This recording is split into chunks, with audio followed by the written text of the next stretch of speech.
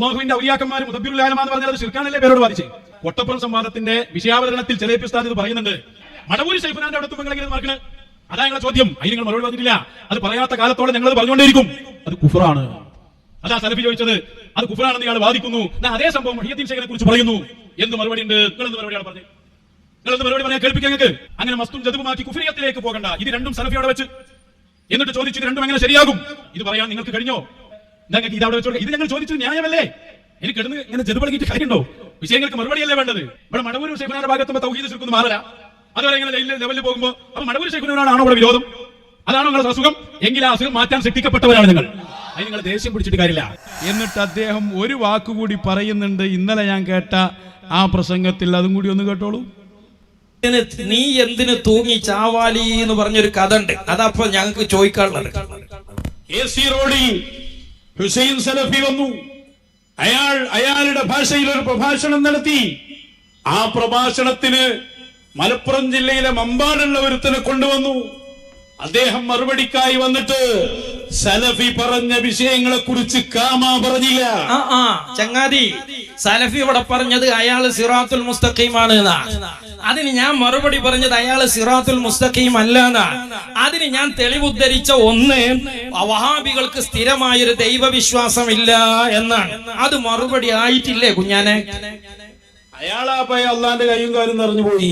അതും പ്രശ്നല്ലേ? എന്നാ പിന്നെ വഹാബികളൊപ്പം നിന്ന് കണ്ട് അജ്ജു കൊണ്ട മറുപടി എങ്ങനെയാണ്? ഈ KM മൗലവിന്റെ പഠിച്ചൊപ്പം മുജാഹിദീങ്ങൾക്ക് ഇല്ലാതെയായത്? ഈ കൊണ്ട മറുപടി അല്ലേ? എങ്ങനെയാണ് അമാനി മൗലവിന്റെ ഖുർആൻ പരിഭാഷയിലുള്ള പഠിച്ചോൻ ഉമർ മൗലവിക്ക് ഇല്ലാതെയായത്? നീ കൊണ്ട മറുപടി. ഞങ്ങൾക്ക് മുജാഹിദീങ്ങളിൽ നിന്ന് ഇതിന് മറുപടി കിട്ടിയിട്ടില്ല. അതുകൊണ്ട് ഇനി മറുപടി നീ കൊണ്ട. നാളെ വഹാബികൾ വീണ്ടും അവിടെ പരിപാടി വെക്കുകയാണ്. അതുകൊണ്ട് എന്തൊരു തീർപ്പതിയോനെ അല്ലേ? നമ്മൾ വഹാബിയൊക്കെ മറുപടി പറയുമ്പോ വലിയ ടെൻഷൻ ഉണ്ടാകുന്നത് ആരാ? ഇവനാ അല്ലേ? നിഫാക്ക് എന്നല്ല ഇതിനൊക്കെ പറയാ. കാരണം അവർക്ക് ആഘോഷമാണ്. ആഘോഷം ഓൽക്കല്ല, ഇഞ്ചാനാണ്. ആഘോഷിക്കണേ കുഞ്ഞാനാ, അല്ലാതെ മൗലൈമാരല്ല. മൗലൈമാരുടെ ആഘോഷത്തിലുണ്ട് ഓലെ പ്രസംഗം കേൾക്കണേ എനിക്ക് മനസ്സിലാവും. മനസ്സിലാകുന്നുണ്ട്. ഇൻഷാ അല്ലാഹ് അതിന്റെ ഓരോ ഭാഗങ്ങളും ചർച്ച ചെയ്യാണ്ട് 2-ാം തീയതി മംഗലാപുരത്ത് അതിൻ്റെ വിശദീകരണം വേറെ വരുന്നുണ്ട്. ഓരോന്ന് അതിൻ്റെ തോതനുസരിച്ച് നമ്മൾ കൊടുക്കേണ്ടിയുണ്ട്. അതാണ് ഇരിക്കട്ടെ, ഞാൻ അതിലേക്ക് സൂചിപ്പിച്ചിട്ടേ ഉള്ളൂ. എന്താ ഇപ്പോൾ സക്കാബി പറയുന്നത് എന്താണ്? അദ്ദേഹം പറഞ്ഞു വെച്ച കാര്യം എന്താണ്? നമ്മൾ അതിനെക്കുറിച്ചൊന്ന് ചിന്തിച്ചു നോക്കൂ. മൗലവിക്ക് മറുപടി പറയാൻ ആർക്ക് കഴിഞ്ഞില്ല എന്ന് ഞാൻ പറഞ്ഞു. നിങ്ങൾ ആലോചിച്ച് നോക്കി, അവിടെ സലഫി വന്നിട്ട് ഞങ്ങൾ സിറാത്തുൽ മുസ്തഖീമിലാണെന്ന് പറയാനുള്ള കാരണമായി പറഞ്ഞ സംഭവങ്ങൾ ഏതാ?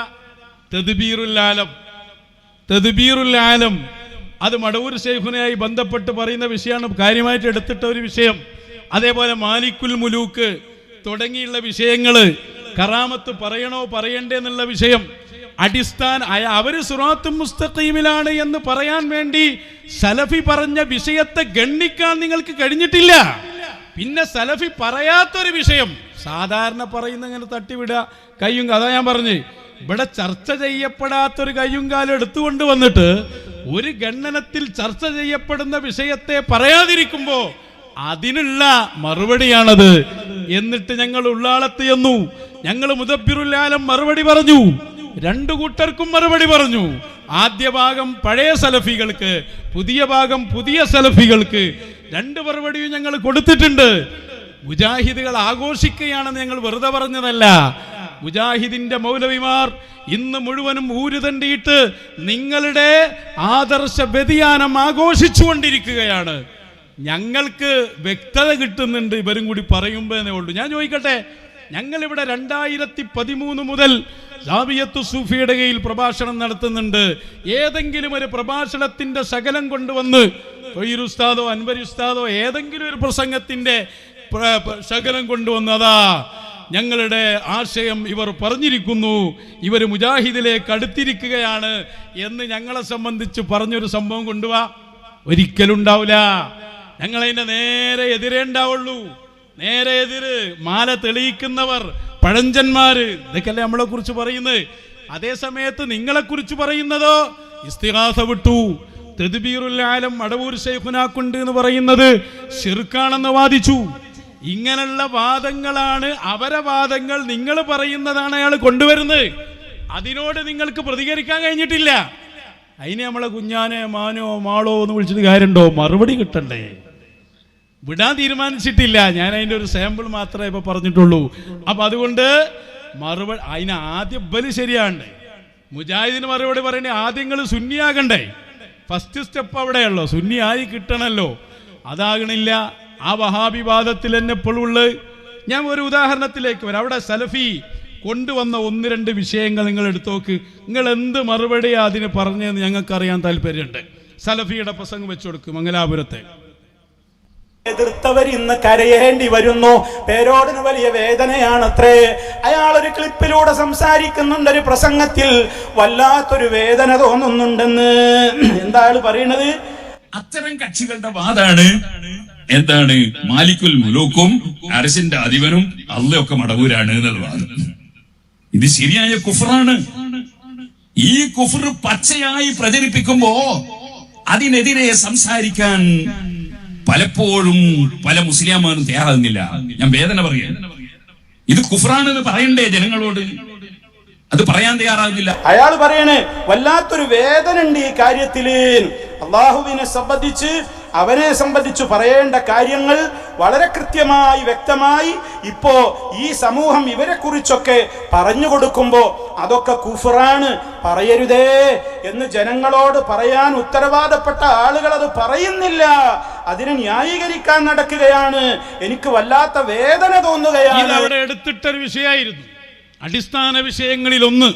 അതായത് അള്ളാഹു വലിയ വലിയ അധികാരങ്ങൾ കൊടുക്കുമാർക്ക് ഔലിയാക്കന്മാർക്ക്. ഇപ്പം നമ്മളെ മാലെങ്ങനെ ചൊല്ലിയാൽ അതിൽ കാണാലോ, എല്ലാവർക്കും ഉണ്ട്.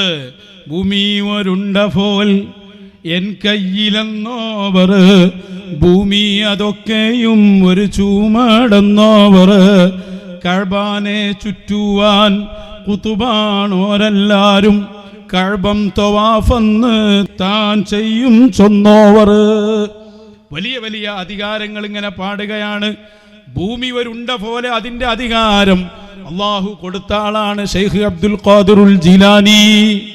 നഹ്നുൽ മുലൂകു അലാ സലാത്തീനിൽ മലാ മർക്കസിൽ നിന്നിറങ്ങിയ പുസ്തകത്തിൽ മഹാനരായ ഗൗസുൽ അഅലം ശൈഖ് അബ്ദുൽ ഖാദിറുൽ ജിലാനി അവരെക്കുറിച്ച് പാടിയ പാട്ടാണത്. നഹ്നുൽ മുലൂകു അലാ സലാത്തീനിൽ മലാ, ഞങ്ങൾ രാജാക്കന്മാരുടെ രാജാക്കന്മാരാണ്, ഭൂമിയിലുള്ള എല്ലാ രാജാക്കന്മാരും ഞങ്ങളുടെ പ്രജകളാണ്.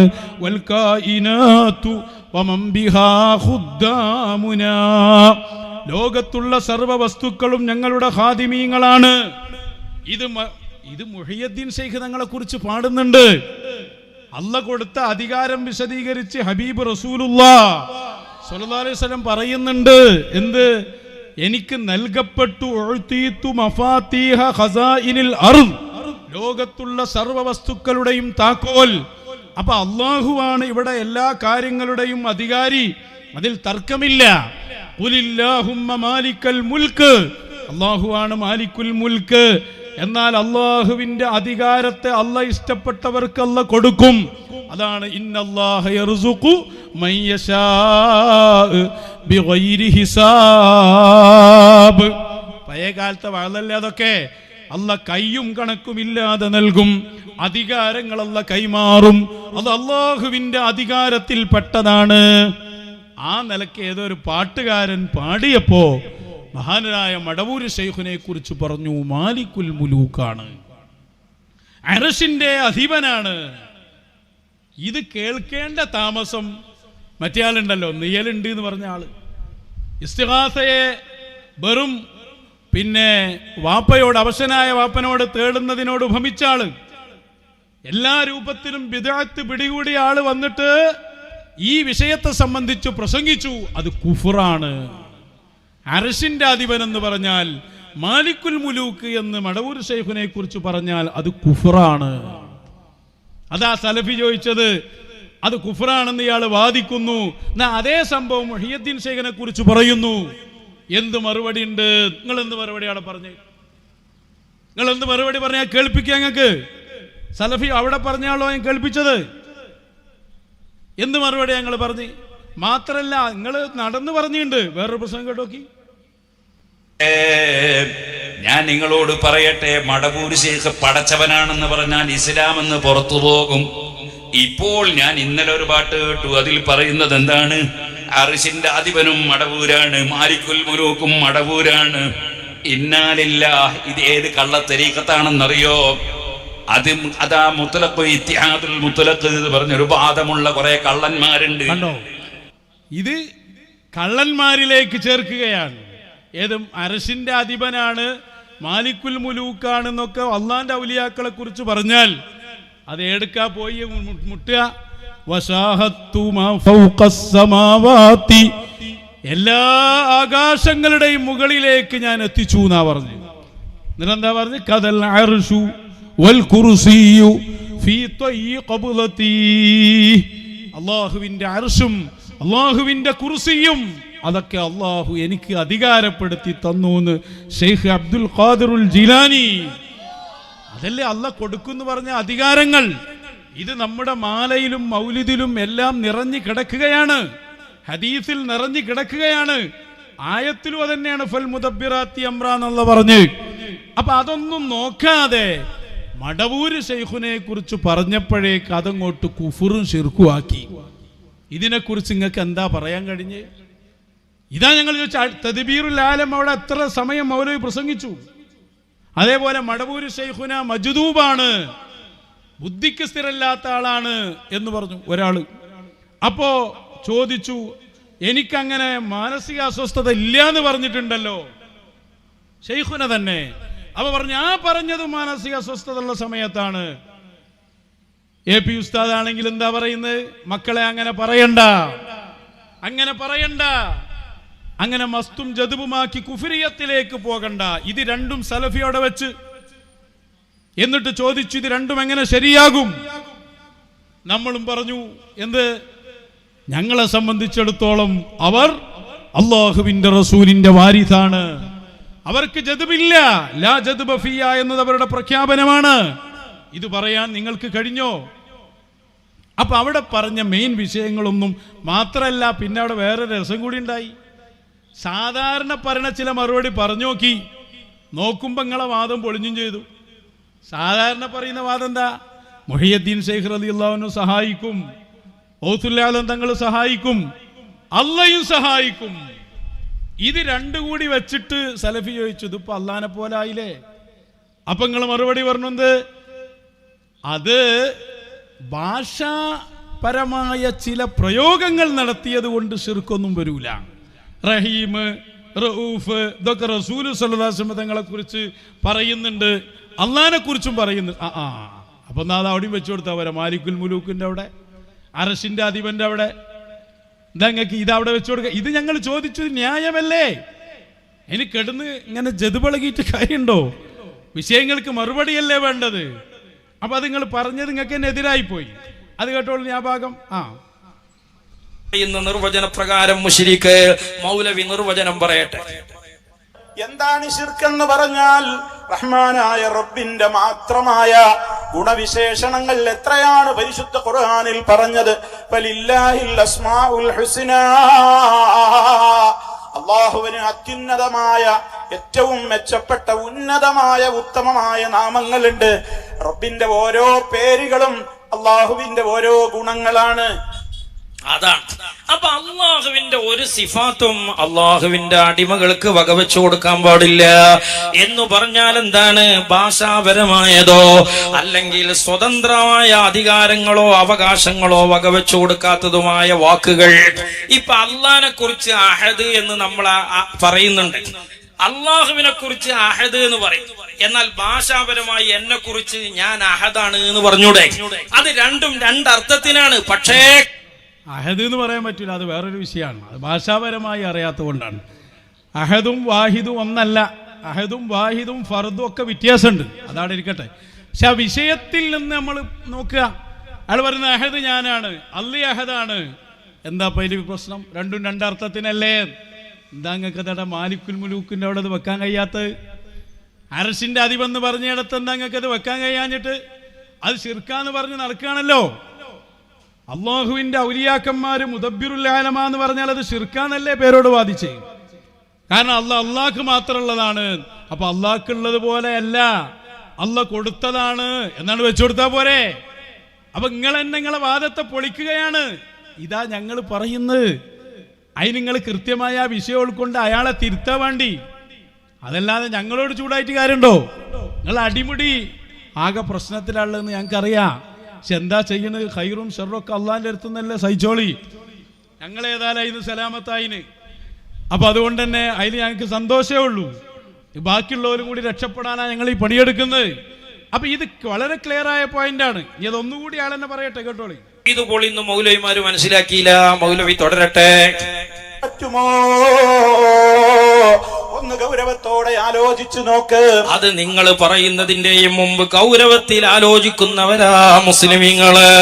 അതുകൊണ്ടാ ഞങ്ങൾ അള്ളാഹ്ക്ക് ഉപയോഗിക്കുന്ന ഒന്നും അള്ളാഹ്ക്ക് ഉപയോഗിക്കുന്ന അർത്ഥത്തില് ഒരു വലിയനും വകവെച്ചു കൊടുത്തിട്ടില്ല, ഒരു റസൂലിനും വകവെച്ചു കൊടുത്തിട്ടില്ല, ഒരു നബിക്കും വകവെച്ചു കൊടുത്തിട്ടില്ല.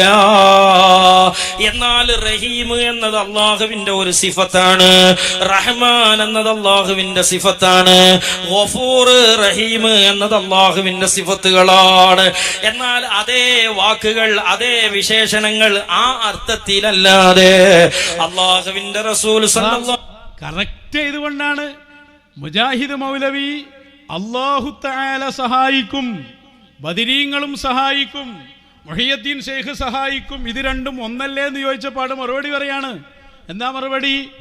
അങ്ങനെ ഭാഷാപരമായി ഒന്നായതുകൊണ്ട് ഒന്നാവൂല. അപ്പൊ അള്ളാഹിനെ കുറിച്ച് അല്ല പറഞ്ഞു, ഇന്നല്ലാഹ ബിന്നാസില റഊഫുർ റഹീം. അല്ലാഹ് റഊഫാണ്, അല്ലാഹ് റഹീമാണ്. അള്ളാഹിന്റെ റസൂലിനെ കുറിച്ച് സല്ലല്ലാഹു അലൈഹി വസല്ലം, ഇതൊക്കെ പഴയ ആൾക്കാർക്ക് അറിയാം. നമ്മളെ കൊട്ടപ്പുറം സംവാദത്തിന്റെ വിഷയാവതരണത്തിൽ ചെറിയപ്പി ഉസ്താദ് ഇത് പറയുന്നുണ്ട്. അതിന്റെ CD കേൾക്കാൻ പറ്റൂലെങ്കിൽ അതിന്റെ ബുക്കെങ്കിലും ഒന്ന് വായിച്ചു നോക്കിയത് മനസ്സിലാവും. റഹീം റഊഫ് എന്ന് അള്ളാന്റെ വിശേഷനാണ്. എന്നാൽ റസൂലിനെ കുറിച്ച് അത് പറയുന്നുണ്ട്, ബിൽ മുഅ്മിനീന റഊഫുർ റഹീം. ശിർക്കാവോ? ഇല്ല. കാരണം എന്താ?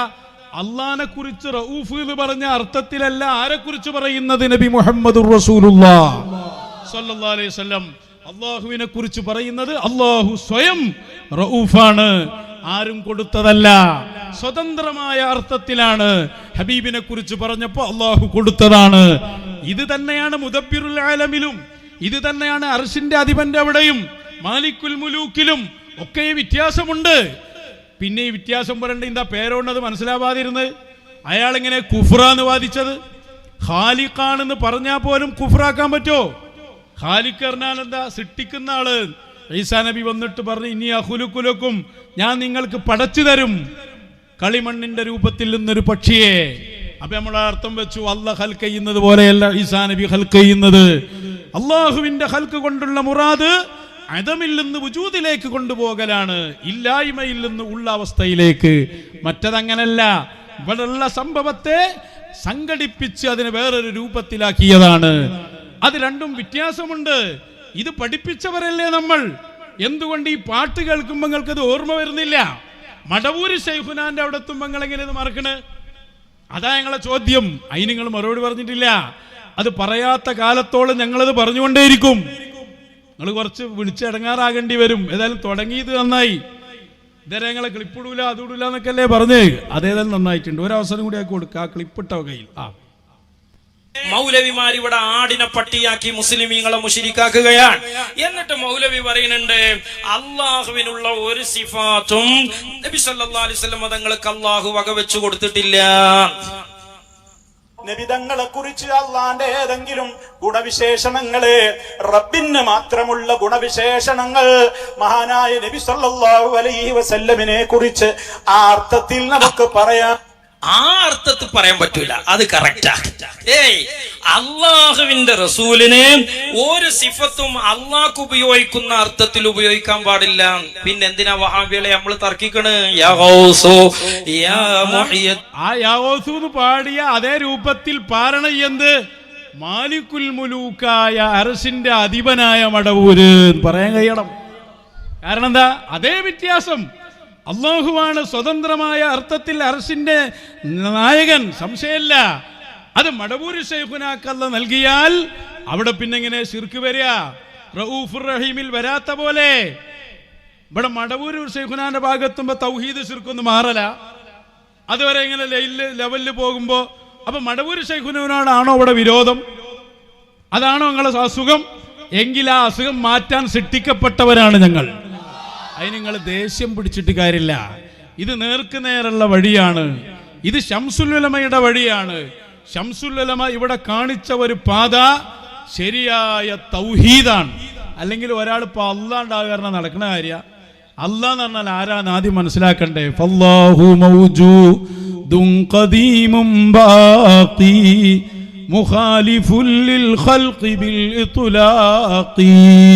അവൻ പണ്ടേ ഉള്ളവനാണ്. അവന്റെ ഉണ്ടാവലിന് തുടക്കമില്ല. അവൻ ഖദീമാണ്. അവന്റെ ഖൗല് ഖുർആൻ ഖദീമാണ്.